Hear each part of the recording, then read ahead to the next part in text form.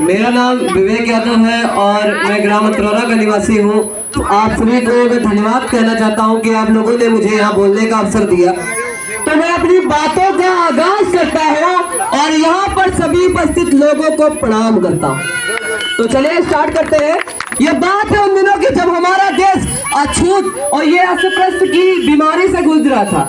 बीमारी से कह सकते हैं कि एक आदमी जो बाहर से पढ़ाई करके आया तब उसे सर छुपाने के लिए छत तक ना मिली। लोग कहते थे कि आप इस जाति के हैं, निम्न जाति के हैं।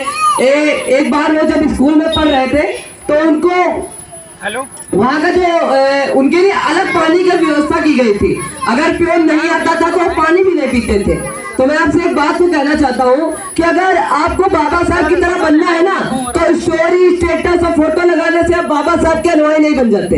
अगर आपको बाबा साहब के अनुयायी बनना है ना तो उनके विचारों को फॉलो कीजिए, क्योंकि विचारों से ही क्रांति आती है। बाबा साहब का कहना था कि अगर आप शिक्षा को मत छोड़िए, क्योंकि शिक्षा एक ऐसी वेपन है जो हमें इस समाज से आगे ले जा सकती है। बाबा साहब ने हर समाज के लिए वो काम किया, चाहे वो दलित हो, पिछड़ा हो या आदिवासी हो, सबके लिए उन्होंने काम किया। यहाँ तक कि महिलाओं के लिए भी काम किया। मैं आपसे बताना चाहता हूँ कि 1950 में जब हमारा संविधान बनकर रेडी हुआ था तब महिलाओं को वोट का अधिकार दिया गया था और 1970 के बाद कई देशों में तो महिलाओं को अधिकार ही नहीं था कि वो वोट कर सके, जैसे स्विट्जरलैंड में था। लेकिन बाबा साहब ने सबके लिए किया और हमारे लिए भी किया। इसीलिए मैं यहाँ पर और सर्वप्रथम तो मैं आपको एक चीज बताना चाहता हूँ कि डॉक्टर भीमराव अम्बेडकर, पहले शब्द का मतलब समझिए, डॉक्टर भीमराव रामजी अम्बेडकर।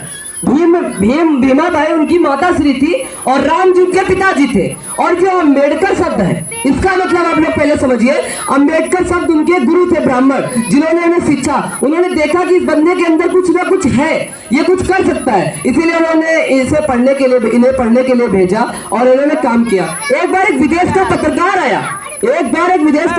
आया और कहने लगा कि आप रात रात क्यों पढ़ रहे हैं, ध्यान सुनिएगा कि आप रात रात क्यों पढ़ रहे हैं। तो बाबा साहब ने कहा कि मैं इसलिए पढ़ रहा हूं क्योंकि मेरा समाज सो रहा है, उन्होंने हमारे देश के लिए ऐसा काम किया है कि कुछ पंक्तियां मैं कहना चाहता हूं कि अगर उन्हें भगवान न समझे वो भगवान के रूप में इंसान है। भगवान उन्हें समझते हैं क्योंकि वो भगवान के रूप में इंसान है और उन्होंने रचा हमारे भारत का संविधान है। तो चलिए, जय हिंद, जय भारत। हेलो।